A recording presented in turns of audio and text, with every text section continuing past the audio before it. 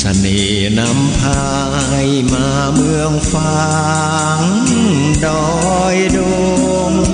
หน้าแดนแห่งนี้มีชื่อเมืองฟางท่ามกลางลมหนาวทุ่งท้องท้องฟ้าวชวนให้ลุ่มหลง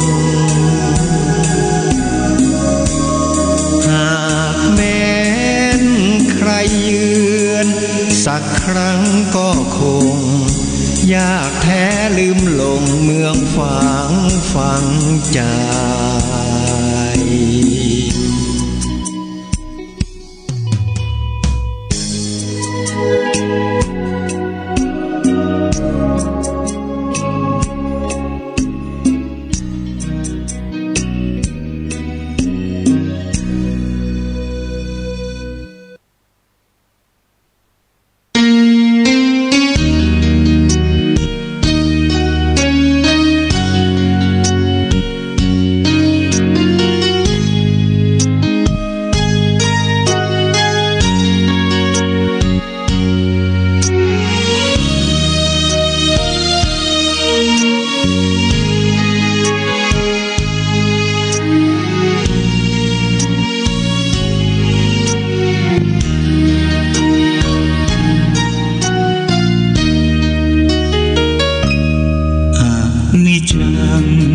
ความไม่เที่ยงแท้แน่นอน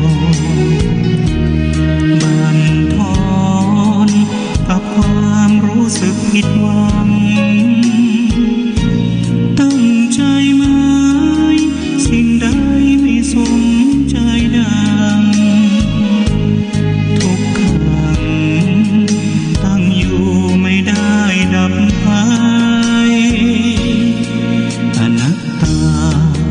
คือความไม่มีตัวตนหลุดพ้นด้วยความสงบทางใจธรรมะพระโพธิญาณฝากไว้อย่าขาใครฝันใฝ่ในอนัตตานี่คือไตรลักษณ์ของเพื่อนมนุษย์ไม่มีสิ้นสุดเพราะกิเลสตัณหาสมไว้ในใจให้ทุกตรมบุรากลับเสน่หาไขว่คว้าช่างน่าเสียดายใกล้หลุดพ้นต้องมันฝึกฝนทนเอาช่วยให้เราพ้นการเกิดแก่เจ็บตายพระพุทธองค์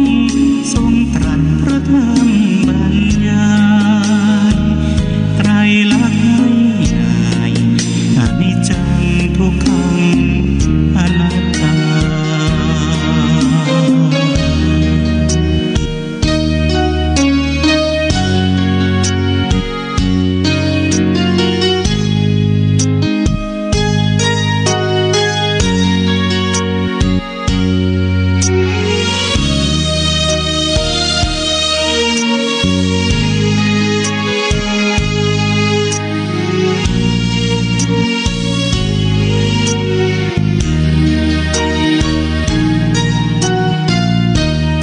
นี่คือไตรลักษณ์ของเพื่อนมนุษย์ไม่มีสิ้นสุดเพราะกิเลสตัณหาสมไว้ในใจให้ทุกตรมบุรากลับเสน่หาไขว่คว้าช่างน่าเสียดายใกล้หลุดพ้นต้องมันฝึกฝนทนเอาช่วยให้เราพ้นการเกิดแก่เจ็บตายพระพุทธองค์ทรงตรัสพระธรรมบรรยาย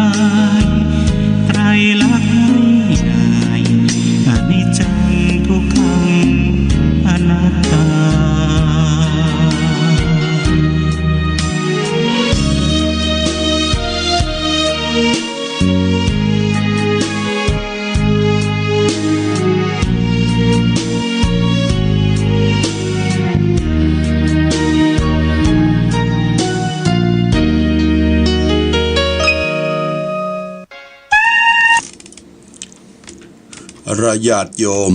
ท่านสาธุชนทั้งหลายได้ฟังเพลงจากสถานีวิทยุชุมชนของวัดพระบาทอุดมจบไป2เพลงนะเพลงเป็นเพลงธรรมะที่จริงก็จะตั้งใจคือฟังเพลงเกี่ยวกับวัดพระบาทอุดมน้ำบ่อสวาเนี่ยแต่ว่าโซเฟอร์คนขับเครื่องมันขับไปที่ไหนที่เบาเนาะญาติโยมต้องขออภัยตัวเราตั้งใจสดับรับฟังธรรมที่จะนำมาเทศน์หรือญาติโยมท่านสาธุชนในวันนี้เป็นธรรมที่มีความหมายเมตตากถาเมตตาธรรมเป็นเครื่องค้ำจุนโลกเนี่ยญาติโยมนะฟังเป็นข้อคิดพิจารณาว่าเมตตานี้มันเป็นจะใดเมตตาเป็นมหานิยมนะญาติโยมนะตั้งอกตั้งใจสดับรับฟังเป็นลำดับต่อไปนะโมตัสสะภะคะวันโตอะระหะโตสัมมาสัมพุทธัสสะโลโกปัฏฐสัมพิงกาเมตตาติสาทะโวดุลาสปุริสะทั้งหลายตั้งยิ่งใจน้อยใหญ่ผู้มักไฟประสงค์อาจินจงไฟงอยใครอยู่จืนจ้อยเจยบานสุขสำราญบอกขาดในคารวาสวิสัยจงโอดใจฟังที่เราจักยี่ไข่จาตามดังพระพุทธาที่ไว้สอนบอกไว้เมินมาบัดนี้แหละนาอันว่าต้านตั้งหลายมวลหมู่อันมาพร้อมกันอยู่จอมกันย่อมได้รู้หันที่แจ้งบอกว่าแห่งแดนใดว่าคนเกิดมาในโลกกว้างมีต่างๆนานาล้างพ้องเกิดมาดำจ้าเป็นกำพร้าอนาถาทุกคำคาคำเจ้ามองมนเศร้าเมาเวนหาสังจักกินบ่ได้ร้อนแสบไม่เววาลังพ้องก็มีสองตามืดบอดบ่แจ้งสอดหันโหนจับลังคนนั่นใส่เป็นเงาใบปึกหนาลังป้องมีกาญาต่ำเตียบอดมีกายาต่ำเตียเป็นง่อยเบียเสียขาลังป้องก็มาชลาแก่เท่าบ่มีลูกเต่าปัดปัวตัวเปิ้งตัวบ่ได้ร้อนเอาไม่ถนัดใจล้างป้องโลกาภัยอันใหญ่มาบังเกิดได้ในตนเป็นกังวลหลายหลากโลกบ่รู้จักจากหายมาคนตั้งหลายฝูงนี้ได้เก่าจี้ไข่ปันเราจูหันจูโพบอกกวนเก่านินทาเขาหามาที่ไกลบอกกวนขับไล่จำนีกวนผ่านีจอยกำโดยเข้าน้ำปัดใจดังผืนผ้าขัวใบเครื่องใจตามหามาใดหรือมีหันคนมองขีต่ำพลาเที่ยวใบหน้ามังหากวนเมตตาเพื่อแผ่นุนก่อเกื้อตามรายคนยิ่งใจแก่เท่าทุกโศกเศร้ามองผ่านกวนไขกำวานตั้นต่อออกปากกลอบอนใหญ่ยามคนในร่วมห้องหรือพี่น้องเอาหาสามีการ่วมคางเมียร่วมคางแป้งปิงลูกใจยิ่งน้อยใหญ่ร้อนเดือดไม่เววาร้อนโลกามาตองในแห่งห้องอินทรีกวนไข่กำที่ต่อถอยบอกปากย้อยจาลายกวนคงควายที่ต่อหาหมอมาพอเยียวยาจุเวลาก็ปากันพอเฝ้าจ่าลมเราเอาใจเจ็ดเหี่ยไข่ยามฮ้อนน้ำ เอาน้ำป้อนตามเปิงบ่ได้หลีกลี่ซ่อนอยู่ที่บ่อนแดนใดย้อนกลัวโรคภัยพยาธิมาต้องปาดในตนลังคนนั่นใส่ผัวเมื่อยไข้นอนในเมียอยู่ไกลนอกห้องเอิ้นปากร้องจะถามกลัวโรครามติดต่อบังเกิดก่อในตนและนาท่านต่างหลายจุผู้เตียงได้รู้ฟังมาว่าโลกาที่มาติดต่อโดยตัวหมอเร็วไวโรคอันใดมาติดยากหมอหลวงหาไข่ปันดังปัจจุบันนี้โสดมีโรคร้ายโหดป้าวายโรคต่างหลายเผื่อแพร่ลายจุเขตคือว่าโรคเอดผีเข็นผู้ใดเป็นโรคนี้บ่มีที่ห่างนี้บ่มียาที่จักแก่เต้ามีแต่จักตายแม้นว่ามันร้ายละหมอกก็บ่เกิดนอกตุนตัวบ่ติดบ่ติดผ้าครัวเครื่องใจบ่ติดย้อนอยู่ในลุ่มดาบ่ติดตังโภชนาข้าวน้ำอันกินพร้อมพั่มจอมกันบ่ติดหวันโดยจอนอันมีในบ่อนรุ่งครัวโรคเปิงกัวนี่ใส่จักติดต่อได้สันได้หมอก็ได้ไข่เก่าจี้ฮือแจ้งที่ขี่ยาแล้วแหละนะ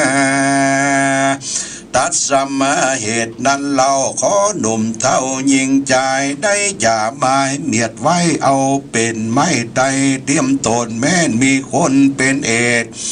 อยู่ในเขตเรียนตนหรือว่าคนร่วมบ้านบอกควรกล่าวตานินตาควรมีเมตตาก่อเกลือใจไฟเอื้อผ่านีของอันใดมีย่อยืนด้วยตาจื่นเจยบานไข่กำหวานลมเล่าเฮืองหายโศกเศร้าเคียงกาบ่รังเกียจบ่จ้าสมเสียดแดงใจมีกิจจะอันใดช่วยได้ก็ช่วยใจตามราย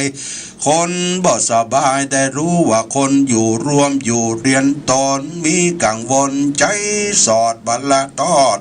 ตัดบันรักแป่งปันบอกผ่อนตั้งแต่ก่อนเดิมมาย่อมหายจากเคียงกาต่ำก้อยหน้าชื่นจ้อยบันใส่กำลังใจบอกผ่อนเปียที่คอนกะยาแม่นักหนา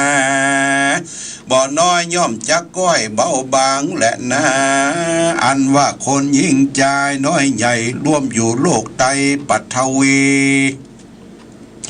เมตตามีก่อเกลือใจไฟเอื้อติดหวันรักแป่งกันห่วงของตั้งพี่น้องบงไวมีจิตใจแผ่กว้างบ่มีภัยจ้างเบียดเบียนภัยบ่ว่าคนใดต่างห้องหรือพี่น้องบงบานได้มองผ่านร้อนใหม่หรือภัยน้อยใหญ่มีมาต่างรุ่มราช่วยกำมือล่วงล้ำอนทลาย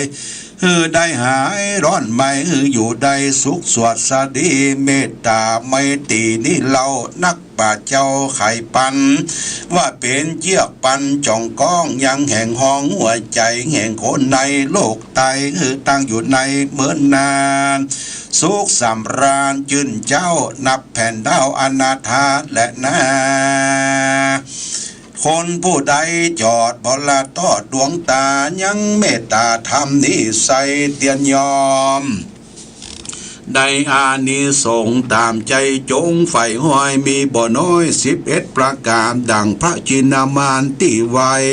สอนบอกไว้เป็นตาว่าสุขังสุปฏิสุขังปฏิปุชาตินะปะปะกังสุปินังปัสสะเดมนุสสานังปิโยโหติอมนุสสานังปิโยโหติเทวตารักันตินาสะอาคิวาวิสังวาสัทธังวากรรมติตุวตังจิตตังสมาธิยติสุขวันโนเวปัสสิสติอสัมมุลโหกาลังกโลติอปฏิวิชันโตภมโรกูปโกโหติดังนี้ว่า ยาเมื่อรับเมื่อตื่นสุขจ้อยเจินเป็นนิลานย่อมบ่ฝันเรื่องร้ายเป็นต้นว่าบ่ฝันแล่นปายเสือมีบ่ฝันโจรกาลีไล่ฆ่าบ่ฝันหลงป่าดงนาผู้มีเมตตาดันเล่าคนดุมเต้าเล็งหันย่อมรับแบ่งปันไฟเอื้อตั้งชาติเยื่อวงศาผีดงนาจุโขดตั้งยักษ์เพศพรงพายอสุรกายน้อยใหญ่ย่อมยักษ์ไฟปิญา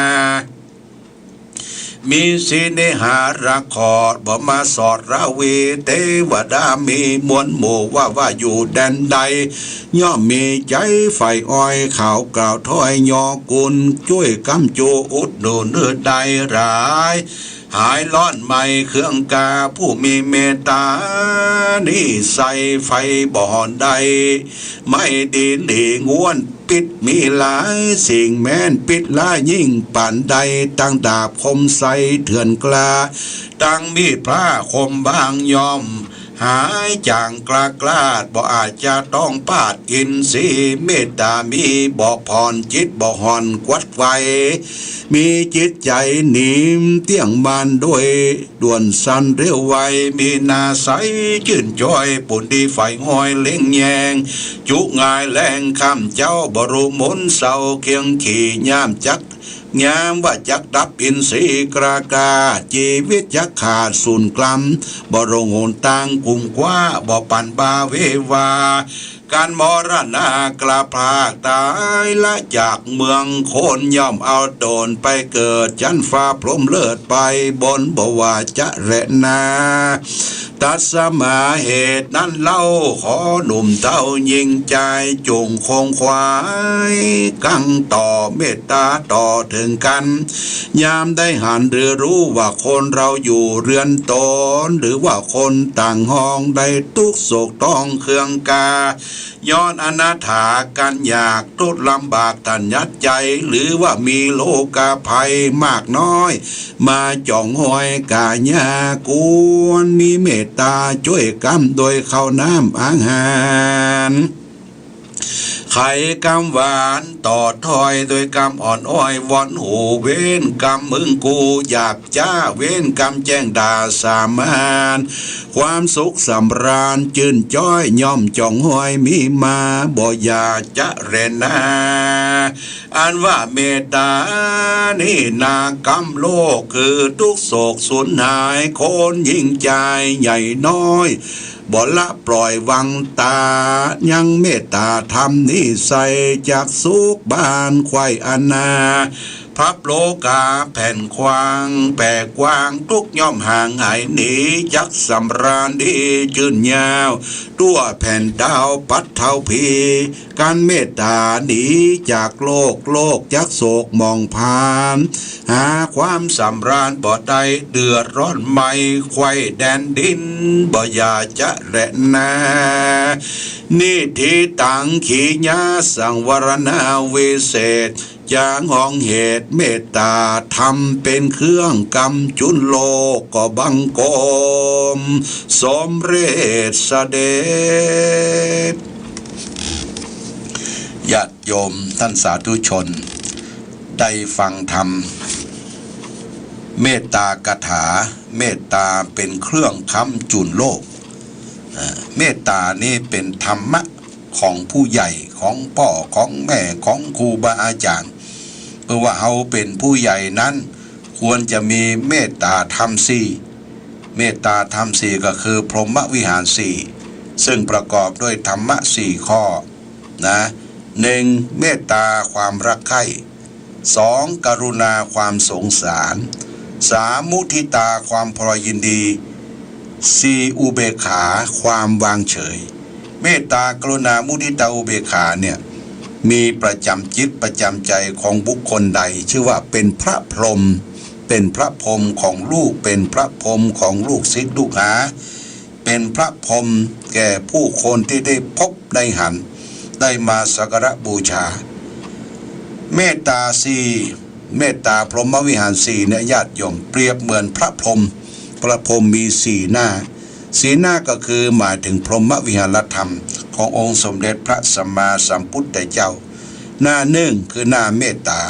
หน้าที่สองคือหน้ากรุณาหน้าที่สามหน้ามุทิตาหน้าที่สี่หน้าอุเบกขาเมื่อบุคคลใดมีเมตตากรุณามุทิตาอุเบกขาครบก็เป็นพระพรหมสี่หน้า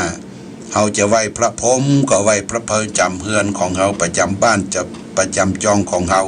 คือพ่อคือแม่ครูบาอาจารย์ที่มีเมตตากรุณามุทิตาอุเบกขาอย่างนี้เป็นต้นสรุปแล้วโลกเขาบ้านเขาสังคมครอบครัวจะอยู่ด้วยกันอย่างสร้างสรรค์และมีความสุขก็คือมีเมตตาธรรมต่อกันนะญาติโยมเมื่อเขาอยู่ด้วยกันเมื่อหนุ่มเมื่อกำแต่งงานกันเป็นครอบเป็นครัวพอแก่ตัวขึ้นมาในญาติโยมจะไปหย่าจะไปล้างกันฮักกันแปลงกันมีเมตตาต่อกันอย่างเขาไปหันครอบครัวของแม่ศิวรรณาเตโชเนี่ยบ้านสังกยอมเนอพ่อคำพันธ์พ่ออัมพันธ์เปิ้นก็ดูแลกันเนอดูแลครอบครัวอยู่ด้วยกันสร้างสรรค์มีความสุขเอาน้ำฮือกันกินเอายาฮือกันกินเช็ดถูเนื้อตัวคนไหนเป็นไข้เป็นเมื่อยก็ลำบากทุกข์ยากก็อยู่ด้วยกันเอาจะหันอกหันใจก็เวลาเจ็บเวลาเป็นเวลาจากกันไปเนี่ยมีความอะไรมีความกึดถึงกันไปอยู่ที่ไหนหลายวันก็ปิ๊กปอกขึ้นมาอู้จากันในปัจจุบันเนี่ยญาติโยมเขายังมีหูทิพตาทิพคำว่าหูทิพตาทิพก็มีโทรศัพท์อู้หันภาพอู้หันเสียงไลน์ใส่กันเนี่ยญาติโยมได้เนี่ยพ่อแม่ห่างลูกห่างเต้าก็พยายามอู้จาโทรหากันสามความสารสุขทุกดิบนะญาติโยมใกล้จะถึงปีใหม่แล้วตั้งจิตตั้งใจใหม่ปี2563นี่นับถอยหลังบกี่วันนะญาติโยมก็จะหมดไปปี2564ก็จะเข้ามาในวันที่3วันอาทิตย์เนี่ยเขาก็จะมีการเรียกว่าสืบชะตาหลวงขึ้นปีใหม่ไทยเนอะญาติโยมเนอะที่วัดพระบาทอุดมน้ำบ่อสวานี่นะช่วยประชาสัมพันธ์บอกกันไปตัวท่านมาวันนั้นท่านจะได้รับแจกปฏิทินปืนเมืองล้านนาฉบับของวัดธาตุคำเชียงใหม่ปีนี้ได้แปลงรูปครูบาเจ้าศรีวิจัยแบบองค์ยืนน่ะมีบาทมีพัดมีความร่มเย็นมีผ้าเช็ดปากฮ้อนเย็นเช็ดอุ่นเป็นลูกครูบาเจ้าเต็มตัวเพื่อจะได้เอาใส่หน้าปกปฏิทินแจกจ่ายให้แก่ศรัทธาญาติโยมเวลาเปิดปฏิทินสิ้นปีแล้วเขาก็รูปครูบาเนี่ยไปใส่กรอบใส่อย่างอัดไว้ให้ตามฟุ้งตามฟ้าครูบาเจ้าศรีวิจัยก็จะมาปันโจกปันใจให้ญาติโยมเนอะวันที่3วันอาทิตย์ที่3เนี่ยมีการสืบชะตาหลวงที่บนสำนักปฏิบัติธรรมวิปัสสนาน้ำบ่อสวาพี่น้องตั้งจังใหม่ละปูนที่ไหนถ้าบ่ได้มาก็อธิษฐานจิตเนอะวันอาทิตย์นะอธิษฐานจิตวันอาทิตย์สืบชะตาสาธุ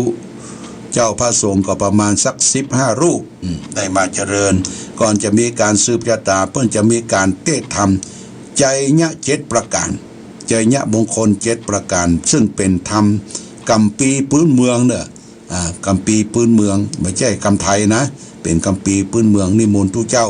อุบาจารย์มาเทศแล้วก็นิมนต์ทุกเจ้ามาเจริญพุทธมนต์สืบชะตารวงถวายภัตตาหารเพลถวายภัตตาหารนี่แจกปฏิทินนะแจกปฏิทินพื้นเมืองแต่ญาติโยมต้องไปด้วยตนเองถ้าบอกไปก็เอาซองไปก็ได้ญาติโยมซองนี่เขาจะพิมพ์ไว้ประมาณ2,000 ซอง2,000 ซองนี่ก็มันจะมีเขียนหน้าหลังซองข้าพเจ้าชื่อนั่นนามสกุลอายุเกิดเดือนนั่นปีนั่นอยู่บ้านเลขที่เต้าอันร่วมทำบุญสืบชะตาเช่นว่าอายุเฮา60ก็ใส่ไป61 บาทหรือจะ161 บาทก็ได้ญาติโยมเมื่อนั้นเพื่ออายุของเฮาไปอายุ30ใส่ไป31หรือจะใส่131ก็ได้เนี่ยเอาชื่อเอานามทั้งหลายทั้งปวงมาใส่โคงชะตาดูเจ้าทั้งหลายทั้งมวล15 ตนเพื่อกระย่างแวดนั่งแวดโคงชะตาเนี่ยทำน้ำมนต์ใหญ่ น้ำมนต์ใหญ่น้ำมนต์มังกระเทศธรรมน้ำมนต์เจริญพุทธมนต์ทุกอย่างอยู่ในคงที่เสกในน้ำมนต์ถังใหญ่น่ะญาติโยมก็มาได้น้ำมนต์ตัวเองขึ้นปีใหม่ได้รับปฏิทินลูกครูบาเจ้าศรีวิจัยตัวเองนะพี่น้องญาติโยมอยู่ต่างอำเภอต่างจังหวัดนะอยากจะได้ปฏิทินก็เขียนจดหมายมาโทรศัพท์มาไม่ใช่เขียนจดหมายโทรศัพท์ว่าอยากจะได้ปฏิทินหลวงพ่อเมืองฝางหูครูบาเจ้าศรีวิจัยสักอันนะปฏิทินล้านนาก็บอกมาได้เนอะบอกมาได้โทรศัพท์มาเอาละญาติโยมวันนี้เวลา9 โมงเก่งได้เทศธรรมได้สาธยายธรรมคือท่านทั้งหลายได้รับทราบรับฟังข้อคิดอย่างไปหลายอย่างต่อไปนี้จะทำน้ำมนต์ละญาติโยมน้ำมนต์ญาติโยมก็เอาได้ไปล้วงกับวิทยุได้ขาวๆแล้วก็ล่อนมามัดปากขวดปากหยังวันนั้นไปทำน้ำมนต์แม่ศิวนาเตโชเปิ้นเอาถังใหญ่ถัง2 ลิตร 3 ลิตรเอามาตั้ง2 ถังมันเต็มใจหลวงพ่อมนต์ซะเด้อเลยเขาก็มนต์น้ำมนต์ก็ใส่มันว่าจะเอาไว้กินเลยว่าถ้าเจ็บขี้ข้างเมื่อใดโรคภัยไข้เจ็บมันเกิดจากมะเร็งขี้ข้างก็จะมันเบานะมันเบามันอิ่มมันแบบเป็นมันแบบเจ็บหลวงพ่อมนต์ไปเตอะแล้วก็ต้องขออนุโมทนากับแม่ศรีวรรณาพ่ออัมพันธ์นะนามสกุลเดโชบ้านสังขยอมตำบลมะเขือแจ้หมู่ที่4วันนั้นเปิ้งก็อุตส่าห์เอาสตางค์ใส่ซองเป็นค่าไฟฟ้าตุลุงค่าไฟฟ้าวิทยุ500และบูชากันเทศกันเมตตาธรรมนี่500 วัตต์และบูชาบักกอกที่ตุลุงส่งไป500อนุโมทนาญาติโยมตึงมีพ่ออัมพันธ์แม่ศรีวรรณาเดโชหายโรคหายภัยหายเจ็บหายไข้หายเมื่อยโรคภัยไข้เจ็บทั้งหลายทั้งปวงก็มันหมดไปไหลไปกับน้ำไม่ไปกับไฟปัดไปกับลมโรคโควิดที่จะมาใหม่นี่จะเพิ่มมาไกลยุกไหลไข้เป็ดทั้งหลายทั้งปวงเอาละต่อไปนี้ญาติโยมเฮาก็จะได้รับสาธยายมนต์ทำน้ำมนต์ญาติโยมก็เกมขี้เกมตัวรับน้ำมนต์จะได้สาธยายณโอกาสบัดนี้ปริตุวนาเมตังสเมตาภตันตาเวคิตาจิตาปริตังปนันตุสเกกาเมจรูเปกิลิสิกาลตาเตจันตริเกวิมาเนติเปลเตจะคาเมตโลนาคาเนอารามวัตุเมเกเตภูมัตถาเทโยจะโลกาสัมมาพมาจตุลโลกปราชายามราชาอินโตเวสุวรรณราชาริยเมตตาโยโพธิสัตวกาทโยอริยสาวกาจะปุถุชนะกัลยาจะสัมมาทิฏฐิเยวะพุทเทปัสสนาธัมเมปัสสนาสังเฆปัสสนาพุทเทสกรวาธัมเมสกรวาสังเฆสกรวาอิโตฐานะโตยาวะปรัมปราอิมัสมิงสุจักวาริสุเทวตานังมุนิลวัจนังสาทโวโนสุนันตุธรรมสวนาการโยัมภตันตาธรรมสวนาการโยัมภตันตาธรรมสวนาการโยัมพันตันตาสัมมันตาจักวาเรสุอัตราคาสันตุเทวตาสัทธัมมังมุนิลสัจจสุนันตุคสโมคทัง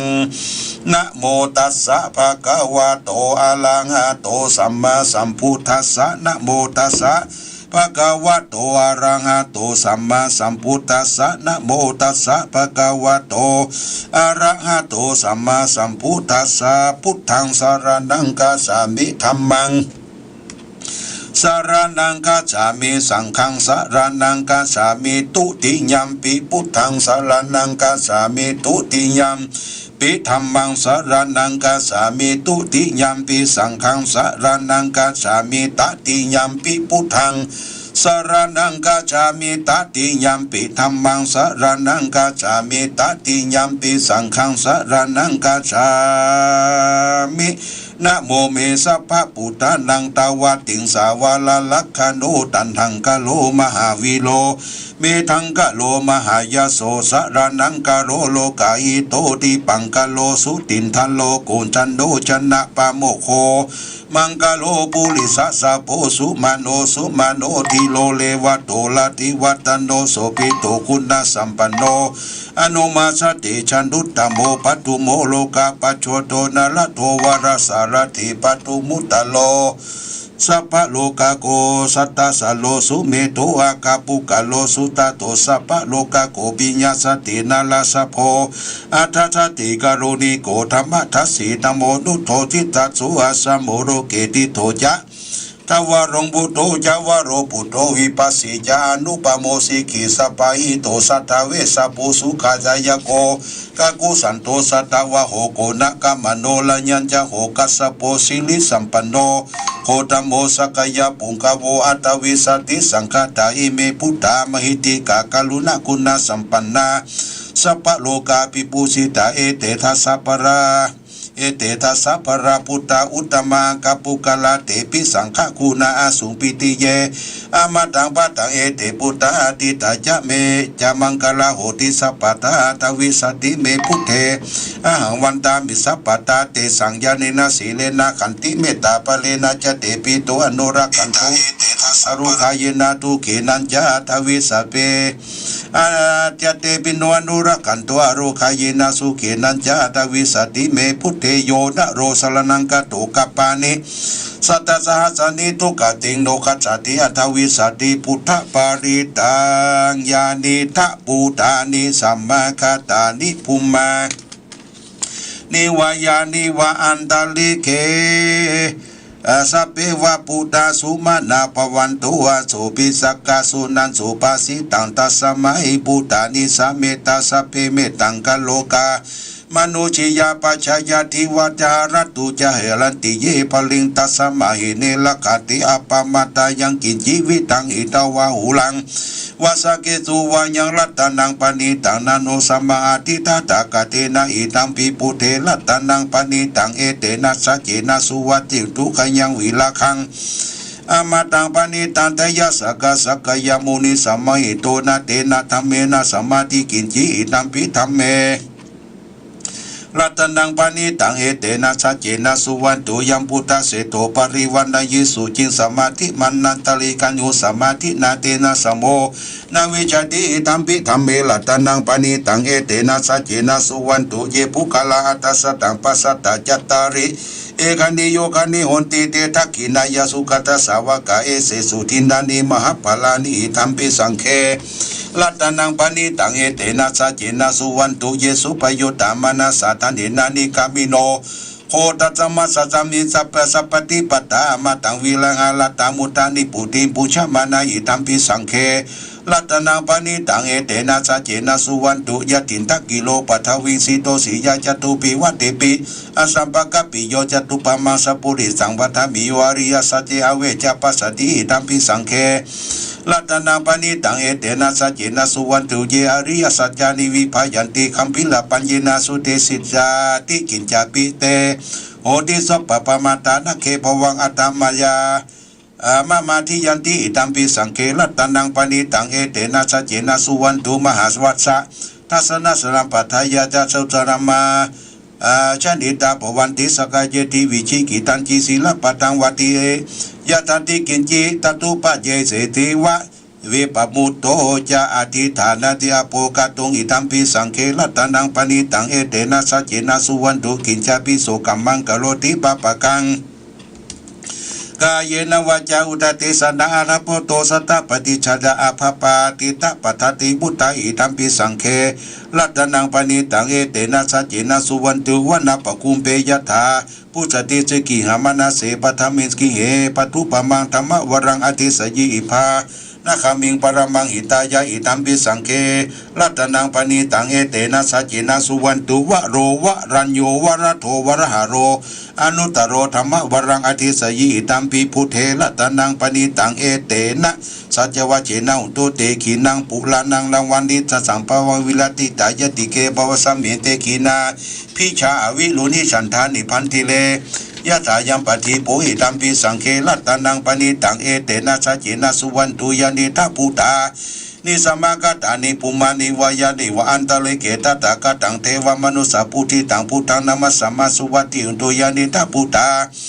นิสมากตานิปุมานิวายานิวะอันตะเลเกตตากตังเทวมนุสสะนังสัมปังธรรมสมาสุวัติอุตุยานิทัพพุทธานิสัมมากตานิภูมานิวายานิวะอันตะเลเกตตาการดังเทวมนุสสะปุชิตังสังฆังนามัสสามะสุวัติโตรัตนะสุตังการณิยามัตตากุสาเลนะยันตังสันตังปะทังอาภิสเมจาสะโกโสจาสุวะโสจาสามุโตวนาติมานิสันตุจักโกสัสสุปัลโลจะอาปะกิโตจะสันลาอุกาวุติสันติเตริโยจะนิปะโกจะอาปะกะโปกุเลสุอานานุกิโตนะทัตตุตังสมาจาริกินจิเยนะวินโยปะเลโอปะวัตโยสุขิโนวะเกมิโนหนตุสัพเพสัตตาปวันตุสุขิตตาเยกิจิปนะปุตตติตัสสาวาลาวาเสสาธิกาภเยมหันตมามัจจิมารัสสกาอนุกาตุลาทิตาวะเยจาติตาเยจตุเลวัสสันติอวิตุเลปุตตะวัสัมเปวัสเปสัตตาภวันโตสุขิตตานะปะโลปะลังนิโกเปตานาทิมันเยตะกัตถินังกินเจพยาโลสนาปฏิฆะสัญญาณัญญมัญญาตุคามิชัยยะมาตายาตาจินังปุตังอายุกาเอกปุตังมนุลเกวัมปิสัพพะปุเตสุมานาสัมภวเยอปาลิมานังเมตัญจะสัพพโลกัสสมิงมานาสัมภวเยอปาลิมานังอุตังอตุจลียินจะสัมปตังอเวลังอสัมปตังนิตัญจลังนิสินโนวาสยานโนวายวัตตวิสัตมิโตเอตังสติงอติตายาพระมะเมตังวิหารังอิตามโหตินตินจะอนุปกรรมศีลวัฏสเนนะสัมปันโนกาเมสุวินัยเกตังนาหิชาตุกัปปะสยังปุณเลติติกาลนิยเมตะสุตังอิติปิโสภะคะวะอะระหังสัมมาสัมพุทโธวิชาจารณะสัมปันโนสุขโตโลกวิทูอนุตตโรปุริสธรรมสารถิสัทธาเทวมนุสนังพุทโธภคะวติสวากาโตภคะวตาธัมโมสันติติโกอากาลิโกเอปัสสิโกปัญญิโกปัจจตังเวทิตาภูวิโยเอติสุปฏิปันโนภคะวะโตสาวกสังโฆจุปฏิปันโนภคะวะโตสาวกสังโฆญญะปฏิปันโนภควโตสาวกสังโฆสามีจิปฏิปันโนภควโตสาวกสังโฆยติตังจตาลิปุริสายุคานิอัตถปุริสาปุคลาเอสะภควโตสาวกสังโฆอาหุนโยปังหุนโยทักขินโยอัญชเลการณิวานุตรังปุญญาเกตาโลกัสสติยาตุหังภคินีอาลิยายะชาติยาชาโตนาปิชานามาสัญจิจาปันโนปนังชีวิโกอุลเปนาเตสัจเจนะสุติเตโอโตสุเทกะปะพุสังโฆสติตังคาโตธรรมนังวิจโยตถาวิริยัมปิติปัสสติโพสังฆาจัตถาปะเรสมาดุเบกาโพสังฆาสัตเตเตสัพพทัสสินาสมุนุตินาสมัตถกตาภวิตาปะอุลิกตาสังวัตเตอภิญญาญาณิพานายะจะโพธิยาเอเตนะชัจจวัจเจนะสุติตุโสสัพพตาเอกสมิงสมัยเยนะโถโมคาลัญจะกัสสปังกิลเนทุกเกเดทิวะโพสังเกสัตตาเทสดิเตจนะอภินันทิตวโลกาโมจิงสุตังคะเนเอเตนะสัจจวัจเจนะสุติเตโอโตสัพพตาเอกทาธรรมราชาปิกิลัญเจนะปิบิลิโตจุนตัเตเรนะตัญเยวะปนาเปตวนะสาทลังสัมโมทิตวะจะอาปตาตัมหาวุธาดิธานะโสเอเตนะสัจจวัจเจนะสุติเตโอตุสัพพตาปหินาเตจะอาปตาตินันนัมปิมเหสินังมะคาดากิเลสวะปฏินุปติธรรมตังเอเตนะสัจจวัจเจนะสุติเตโอตุสัพพตายันตุนิมิตังอวมังลโยจามนะโพสกุณาสัสสะโตปะปะกะโหตุสุปินังกตังพุทธานุภาเวนะวินาสเมนตุยันตุนิมิตังอวมังกลโยจามนะโพสกุณาสัสสะโตปะปะกะโหตุสุปินังกตังธรรมานุภาเวนะวินาสเมนตุยันตุนิมิตังอวมังกลโยจามนะโพสกุณาสัสสะโตปะปะกะโหตุสุปินังกตังสังฆานุภาเวนะวินาสเมนตุมหากรุณิโกนาโตหิตายะสัพพะปรินังปุเรตวะปรมีสัพพะปะโตสัมโพธิมุตตมังเอเตนะชัจจวัจเจนะสุตินตุโทสมาโหตุเตชยมังกลาชยันโตโพธิยมุเลสักยังเนนทวังโนเอวังตวงวิจโยหิจยะสุสยามังกะเล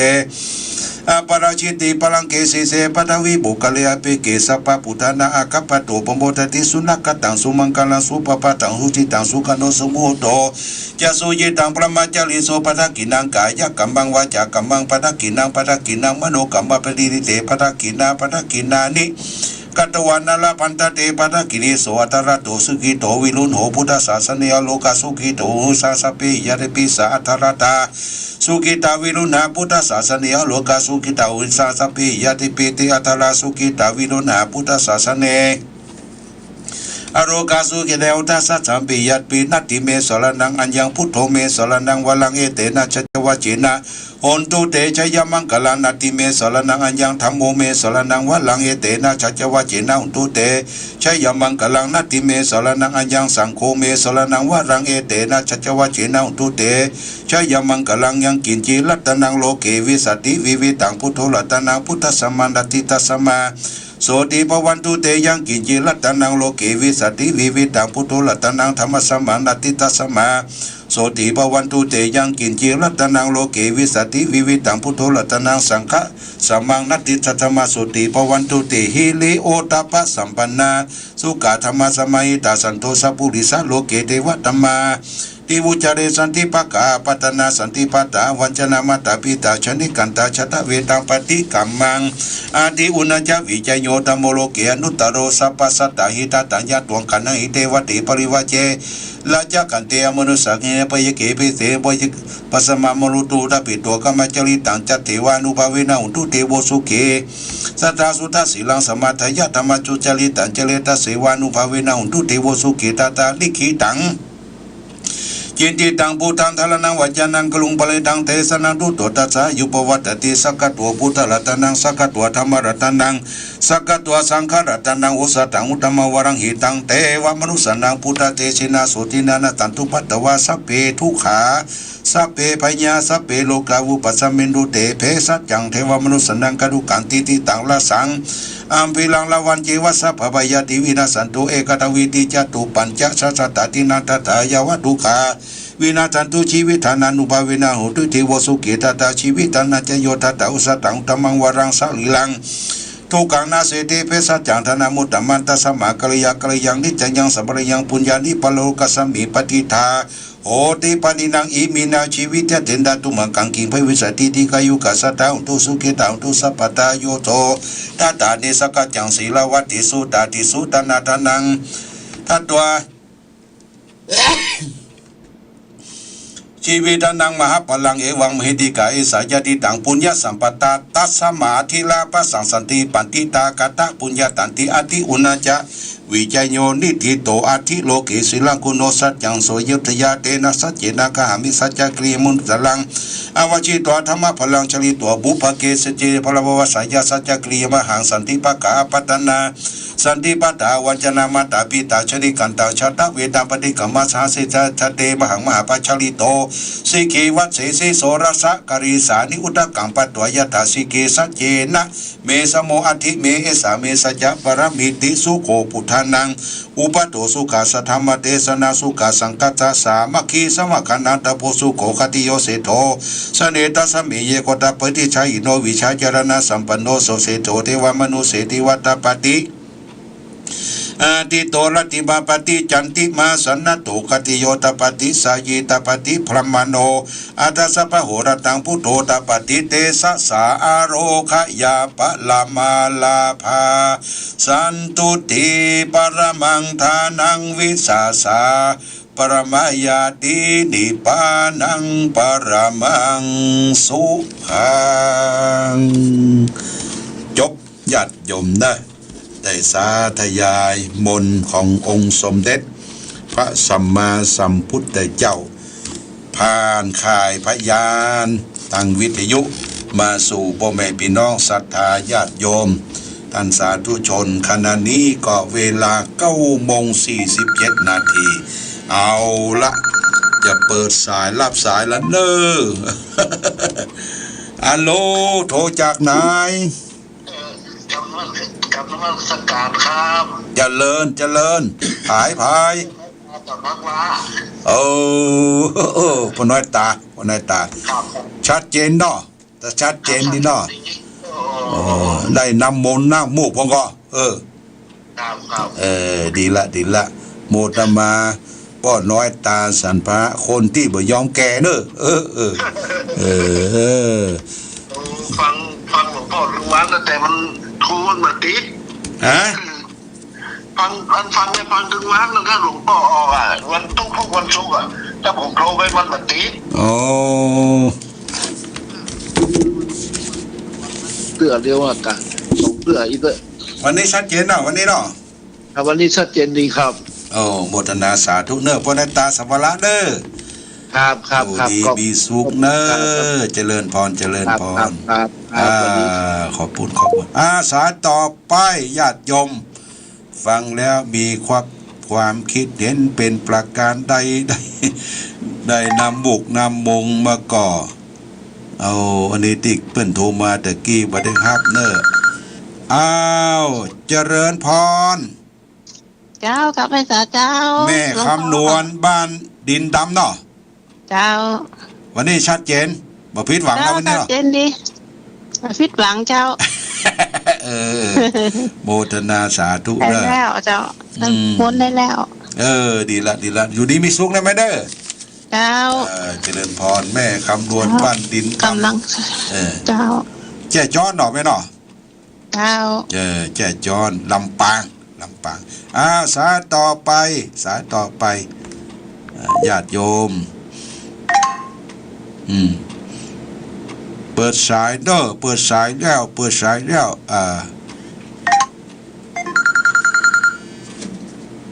เจริญพรจากไว้สาเจ้าจากที่ไหน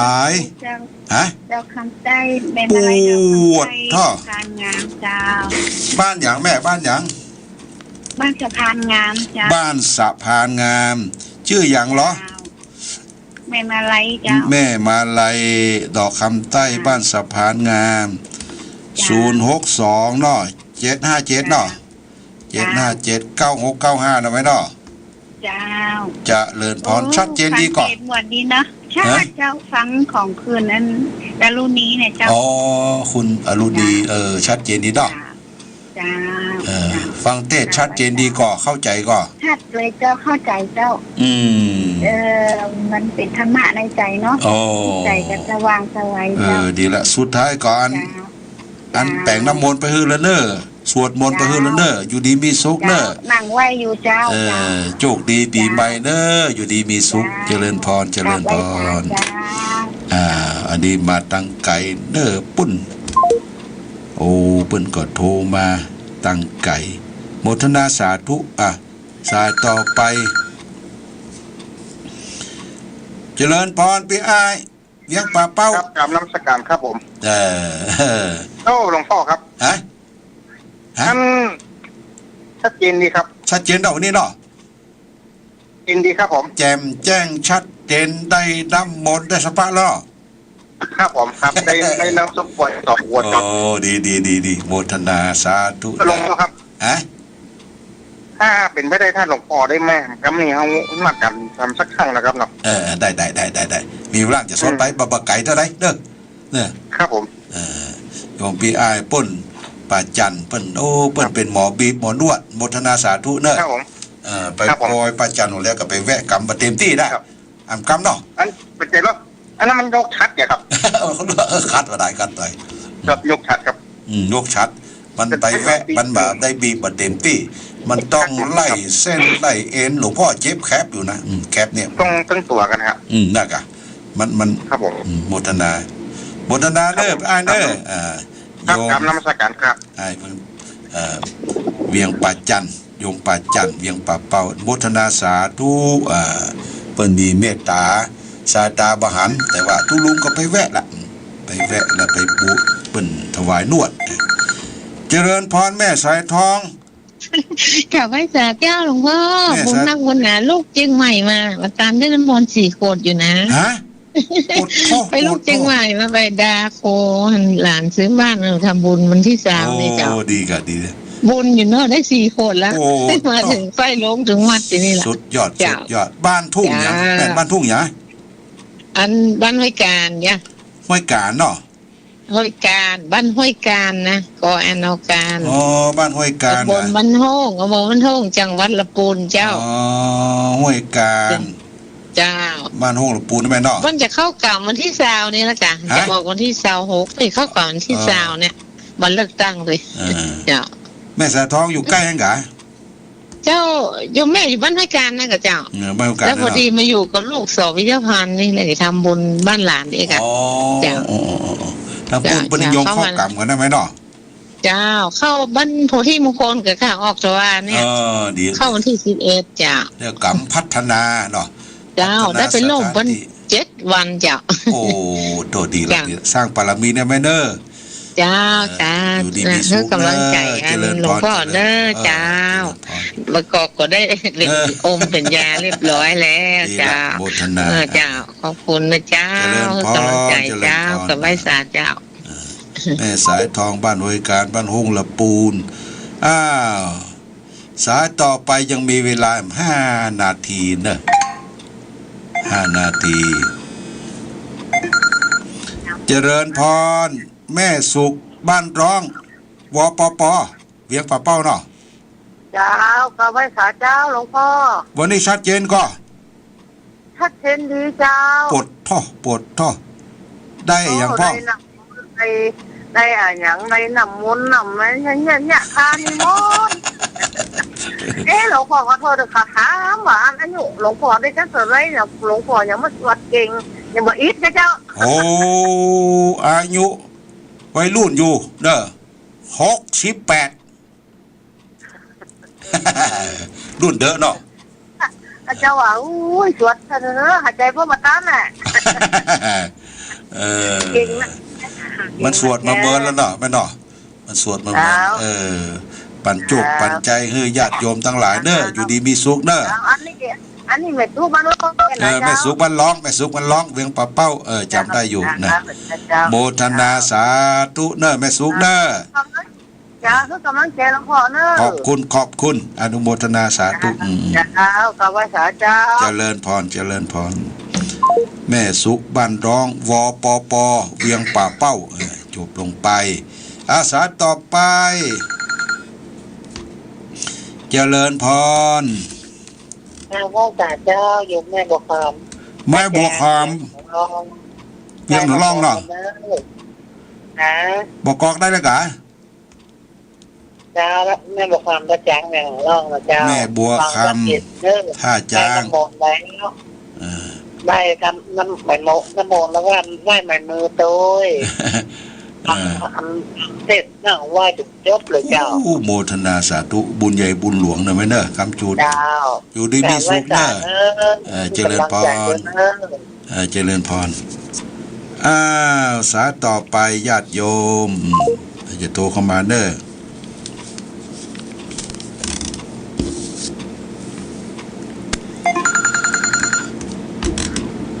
พ่อน้อยผล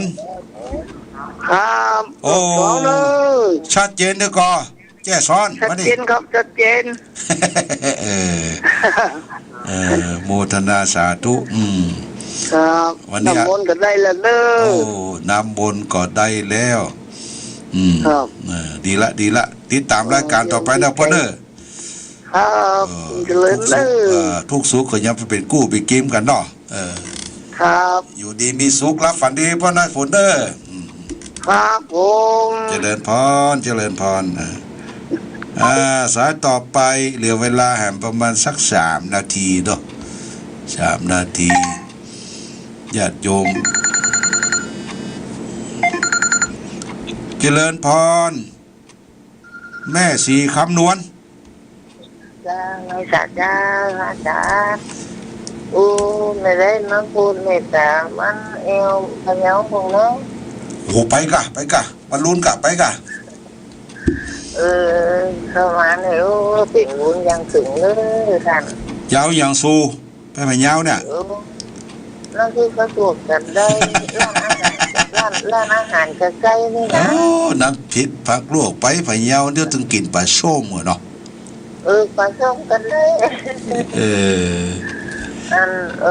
ถึงเราถึงยาท่านเห็นว่าคนไม่เดียวถึงเรา ฮะเด็กถึงก็บอกขายเหล้าคนได้ขายดีบ่เราบอกนั่นกะสมมติสั่งพวกเขาเป็นหมดปวดหลายแก้วก็นั่นอ่ะมันแบบมาถึงเวลาเนี่ยแม่ร่างกายของคนที่ดื่มที่กินเนี่ยมันยังมีกำลังอยู่นะถ้ากำลังมันหดน้อยถอยลงไปเนี่ยมันบุกเข้ามาแล้วเด้อโอ้มันถูกนี่เสียมันจันเสียก็คุณทักแข่งคุณกินบุหรี่หนึ่งกินเหล้าในยื้อคนเข้าใจอ๋อนั่นกะบุหรี่ว่าเหล้าว่าร่างกายเอายังมันต่อสู้ได้อยู่มันเป็นอย่างเด้อเห็นว่าเหล้านี่มันได้ขายดีบ่เอามาตัวนี้จะมากินยังกินม้วนก่อนโปรดเอามากำรถ10 ล้อเสี่ยงหมดเนาะเราเข้าหอมมีก็ตีจนหายกันแจ้งขวดน้อยคุณนั่นก็จำล้ำแล้วเราที่จนจมนั่นฝนเอาใบค้าไปจุ่มมันอย่างก็จุ่มยาฆ่าหญ้านะเพราะว่ากำมอกซนเอาไปหญ้าคาไปจุ่มกำมอกสมแล้วไปจุ่มในไหมกำโอ้ล้ำคืนดีว่ะแต่ตับล้วนเด้อแม่เด้อตับล้วนปอดล้วนตับล้วนลูกกระเพาะหวากปดโตฉันที่เขากระติ้งแบบหัวกินฉันดูด้วยนะมันลิซึมนะกะมันติดมันหวานปากว่ะลิซึมตายได้จะได้กินนะตายจะได้กินเลิกกดลุงตัวเองกันเลยขอบคุณนะแม่เน้อแม่สีคำนวณดอกคำใต้พะเยาเนาะเจริญพรโอกาสนำมาพูดตาเด้อพูดเมตตาวันหลังจะไปเอาหาเจริญพรวันดีแม่คำแม่สีคำนวณดอกคำใต้เวียงป่าเป้าโอ้